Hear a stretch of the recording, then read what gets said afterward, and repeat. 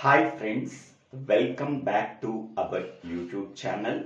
Today we have to discuss about microprogram sequencer in the design of control unit in computer organization and architecture course.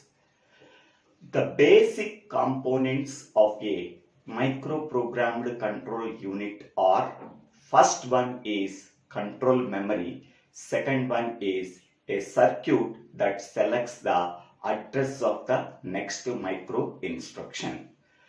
Control memory is mainly used for storing the microprograms. A microprogram is nothing but sequence of micro instructions that are stored in the control memory. Second one is a circuit that selects the address of the next micro instruction can be called as microprogram sequencer. A microprogram sequencer is a circuit that is used for determining the address of the next micro instruction to be executed in sequence while executing the current micro instruction. This is the block diagram of a microprogram sequencer. In that circuit, it consists of two multiplexers, multiplexer 1 and multiplexer 2. Multiplexer 1 is used for selecting only one address among the four address sources. Whatever the address source that is selected, that can be passed to the control address register. Whereas the second multiplexer is used to test the value of the selected status bit. The result of the text can be applied to the text variable t in the input logic circuit. Next one, here there are four address sources are there. Okay, the first address source is the incremented value of the control address register.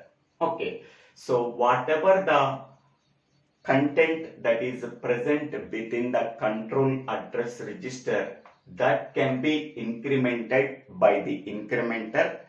Whatever the resultant address that can be obtained after increment, that can be passed to one of the multiplexer input, that is 0. The incremented value can also be passed to the subroutine register. The output of the subroutine register can be passed to the second input of the multiplexer 1. Next one, the address field of the current micro instruction can be passed as another address source that can be applied to the one input of the multiplexer 1. Next one, an external address that can be obtained after performing the mapping logic. That address can be passed to the third input of multiplexer 1. Okay, so these are the four address sources. This address source coming from the incremented value of the content of the control address register. Next one, this address source coming from the address field of the current micro instruction. This address field coming from the output of the subroutine register. This address field coming from the external address after performing the mapping logic. Okay, so these are the four address sources. Among that four address sources, we are selecting only one address source using the selection inputs of the multiplexer 1. S1 and S0 are the selection inputs. These values are 0, 0. It selects the 0 input of the multiplexer 1. Then the incremented value of the control address register can be passed to the control address register through this multiplexer 1. If S1 and S0 values are 0, 1, the equivalent decimal value is 1, then the address field of the current micro instruction provides an address. That address can be passed to the control address register through the multiplexer 1 if S1, S0 values are equal to 0, 1. Next one, S1 and S0 values are equal to 1, 0. The equivalent decimal value is 2. So the incremented value of the control address register can be passed to the subroutine register. The subroutine register always contains the return address. That return address is used for returning from the subroutine to the main program.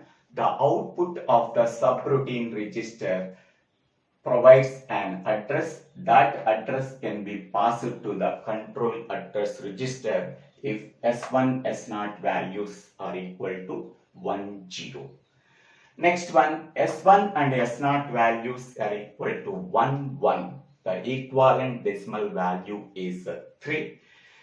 So, whatever the address that is present after performing the mapping logic, that address is called as external address. That address can be passed to the control address register if S1, S0 values are equal to 1, 1.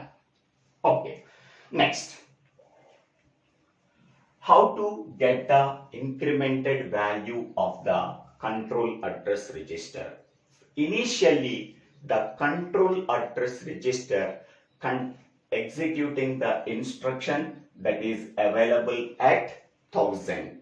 While executing that instruction that is present at the address 1000, the control must determine what is the next instruction to be executed. The next instruction address can be obtained simply by incrementing the content of the control address register. So control address register contains 1000, that can be incremented by 1, then we are getting 1001. Okay, so next micro instruction address is 1001.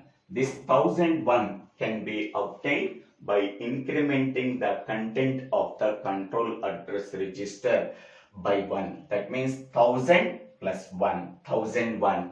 This 1001 can be passed to the 0 input of the multiplexer 1. Next one, the address field of the current micro instruction contains a branch address. That branch address can be passed to the 1 input of the multiplexer 1. Next one is, suppose we are executing 1001 instruction, then the control address register contains now 1001. In that 1001, call 1200. That means the control immediately transfer from the 1001 address to 1200 address. Here this is a subprogram is there, that subroutine or subprogram. Once all the instructions within the subroutine are executed, the control again return from the subroutine to main program. So 1002 is the return address. This 1002 return address is stored in the subroutine register. How we are getting the 1002? While executing the current micro instruction 1001 that is available in the CAR, what is the next micro instruction address? That is 1002. That can be obtained simply by incrementing the address by 1.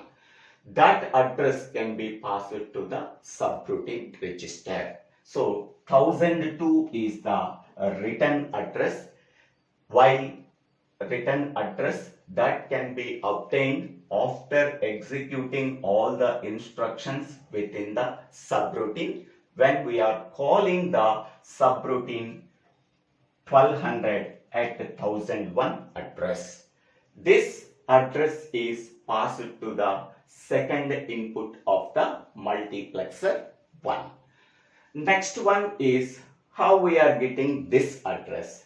So this is the normal instruction. It consists of two parts. One is address part and the second one is a opcode part. First 12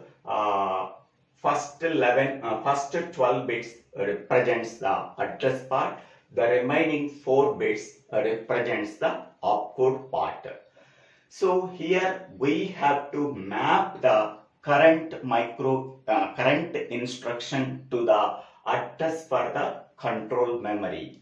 For that purpose, we have to use the mapping logic. Mapping logic is used for translating the instruction address for the control memory. Okay, so here in the normal instruction, opcode contains only 4 bits. But in the case of control memory, every instruction address contains 7 bits. These 4 bits can be translated into 7 bits by using the mapping logic. So for that purpose, the most significant bit value can be assigned as 0 and the 4 opcode bits directly assigned to the micro instruction address, and the least 2 significant bits can be assigned as zeros. Okay, here opcode bits are 1101. These opcode bits directly applied to the micro instruction address 1101. We are assigning the most significant bit as 0 and least 2 significant bits can be assigned as zeros. So then we are getting 110100. This is the 7-bit micro instruction address. So these 4-bit opcode can be converted into 7-bit micro instruction address for the control memory. This translation can be called as mapping logic. After applying the mapping logic, we are getting some external micro instruction address that can be passed to the third input of the multiplexer 1. In this way, we have to select only one address source among the 4 address sources. Whatever the address that is selected, one and S0 selection variables, that address can be passed to the control address register through the multiplexer 1. So this is the simple description of the 4 address sources. Okay, next one is CD field. Okay, CD field is nothing but conditional field. Conditional field contains 2 bits. These 2 bits can be passed to the in as input for the multiplexer 2. These these two bits can be added as the selection input for the multiplexer 2. Okay. CD contains 2 bits. These 2 bits can act as the selection inputs multiplexer 2. By using the 2 selection inputs, we are selecting only one status bit. Whatever status bit that is selected, that value can be stored in the text variable. That text variable value can be passed to the variable t in the input logic circuit. Okay, so the bits that are present in the CD field can act as the selection inputs for multiplexer 2. So these are the 4 inputs for multiplexer 2. So 1 is nothing but unconditional, it always true. Next one, I is nothing but indirect address bit. It contains either 0 value or 1 value. S is nothing but sub bit. It contains either 0 value or 1 value. Z is nothing but it contains a 0 value or a 1 value.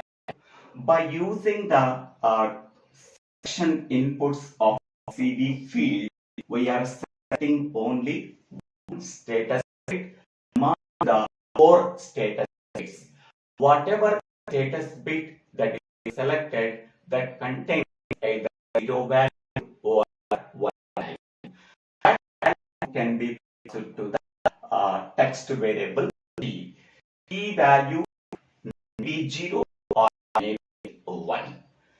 This one, this is the input logic circuit. The input logic circuit can contain 3 inputs. One is I, second one is I1, third one is T. I1 and I0 bit values can be taken in the BR field. So BR field contains 2 bits. These 2 bits can be passed to the I1, I0 and I1 bits. Okay. So whatever bit values that are present in the BR field, that values can be assigned to I0 and I1, where T is nothing but whatever the selected status bit is, that value will be either 0 value or 1 value. Okay. Next, the outputs of the input logic circuits are S1, S0 and L. S1 and S0 are the selection variables for multiplexer 1, and L is used for enabling the subroutine register, enabling the load input of the subroutine register. Okay, so input logic circuit contains 3 inputs, I0, I1 and T. It produces 3 outputs, S1, S0 and L. Okay, L is used for enabling the load input of the subroutine register. S1 and S0 are act as selection inputs for multiplexer 1. By using that selection inputs, we are selecting only one address source among the 4 address sources. Whatever the address source that is selected, that can be passed to the control address register. The control address register is receiving the address from multiplexer 1 whenever we are applying the clock pulse. The content of the control address register can be passed to the control memory. That address represents what is the instruction that is to be read from the control memory. So in the control memory, we are storing the micro instructions by using a particular format of 20 bits. First 7 bits represents the address field. Next 2 bits represents the DR field. Next 2 bits represents the C field. Next 9 bits represents the micro operation fields F1, F2, F3. Each F field contains 3 bits. Okay. Next one is what is the truth table for the input logic circuit. Okay, before going to the truth table of input logic circuit, okay, whenever the load input is enabled of input logic circuit, then subroutine register is ready for receiving the incremented value of the control address register. The incremented value of the control address register is loaded into the subroutine register whenever the load input is enabled. Okay, now we can go for the truth table of input logic circuit. Input logic circuit that is mentioned in the microprogram sequencer is used for determining the type of operation to be performed. What are the operations that can be performed through the input logic circuit?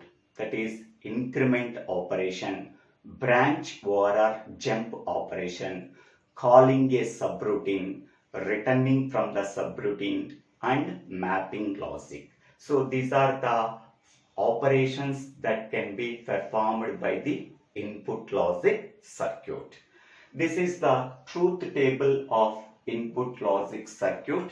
So BR field, first column represents the BR field, second column represents the inputs of the input logic circuit I1, I0 and T, and third column represents the selection inputs of multiplexer 1, and fourth column represents the load SBR. That means loading the return address into the SBR whenever the load input is enabled. Okay, so here by observing the previous diagram, okay, whatever the bits that are present within the BR field, that bits can be assigned to the I1, I0 inputs of the input logic circuit, so that these two bits are similar. Okay, 0 0 0 0 0 0 0 0 0 1 0 1 0 1 0 1 1 0 1 0 1 1 1 1. So BR field is equal to the I1, I0 field of the input logic circuit, because the bits that are present in the BR field can be assigned to the I1, I0 input of the input logic circuit, and T is nothing but output of the selected status bit from multiplexer 1. It may contain either 0 value or a 1 value. While performing the mapping logic and while performing the mapping logic, T value cannot be used. T value cannot be used, so that it can be represented with the don't guess. Okay, BR value is equal to 1 0 and BR value is equal to 1 1. T value cannot be considered, so that it can be represented with don't guess. Next one, multiplexer 1 contains two selection inputs S1 and S0 that can be determined from the output of the input logic circuit. Okay, that means S1 and S0 selection input values occurred. S1 and S0 selection input values are generated from the output of the input logic circuit. The output of the input logic circuit depends on the bits that are present in the BR field and the whatever the selected status bit that is selected through the multiplexer 1. Based on that, we are determining the S1 and S0 selection input values. And this one is load SBR. So we are loading the return address into the SBR by the incremented value of the control address register. Then how these values can be, S1 and S0 values can be obtained by using the simplified Boolean functions. So I1 value can be assigned to S1 value. See this one, whatever the I1 bit values are there, the same bit values can be assigned to S1. Okay. Next, S0 bit value can be calculated by using this Boolean function I1 multiplied with I0 plus I1 dash into T. Okay. Next, how we are finding out this L value? L is equal to I1 dash I0 into T. Okay. So by using this simplified Boolean functions, we have to find out these three values S1, S0 and L. Okay. Now, in this case only L value is equal to 1. L value is equal to 1. How we are obtaining L value is equal to 1? When BR field contains the value 0, 1. BR field contains the value 0, 1 and T value is 1. T value is 1. So whenever the BR field value is 0, 1 and I0, I1 values are nothing but, so that is I0 value is 1 and I1 value is 0.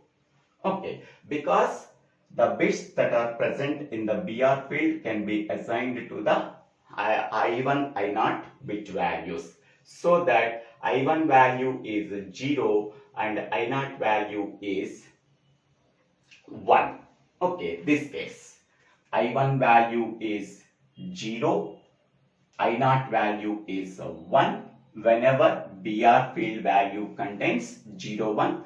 At that time, what is the T value? T value is 1. So in that case, the selection input values S1 value is 0 and S0 value is 1. So L value is equal to 1 can be obtained when BR value is equal to 0, 1. At that time, I0 is equal to 1, I1 is equal to 0 and T value is equal to 1 and S1, S0 values are 0, 1. At that time, L value is enabled. The load input of subroutine register is enabled when BR value is equal to 0, 1 and T value is equal to 1 and S1, S0 value is equal to 0, 1. At that time, the load input is enabled. Whenever the load input is enabled, the subroutine register is receiving the return address from the incrementer. That incrementer contains the incremented value of the control address register by 1. So in this way, we have to find out the S1, S0 and L values. In the remaining all cases, L value is equal to 0. L value is equal to 1 we are obtaining by satisfying these conditions only. In remaining all cases, L value is equal to 0. Okay. For determining S1, S0 and L value, we are using this simplified Boolean functions. This can be written by using the truth table of input logic circuit. This is the simple description of Microprogram Sequencer in design of control unit. I hope all of you understanding this video. If you really understanding this video, please click on the like button and share this video to your friends and classmates. If you really like this video, please subscribe my YouTube channel. So DIVVELA SRINIVASA. After subscribing my YouTube channel, click on the bell icon to get the future updates in my YouTube channel. Don't forget to subscribe my YouTube channel. Thank you one and all for watching this video.